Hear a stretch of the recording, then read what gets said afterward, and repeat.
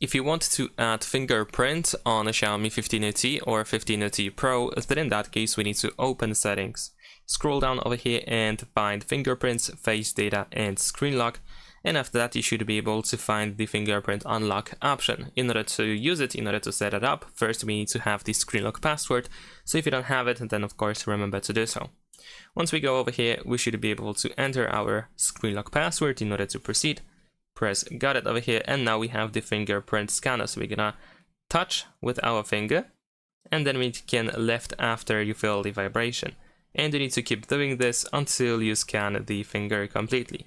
Ideally we want to scan our finger from different angles so that we can make sure that of course later on in the future our finger can be used in order to unlock the phone. So of course, try to scan it from every angle possible.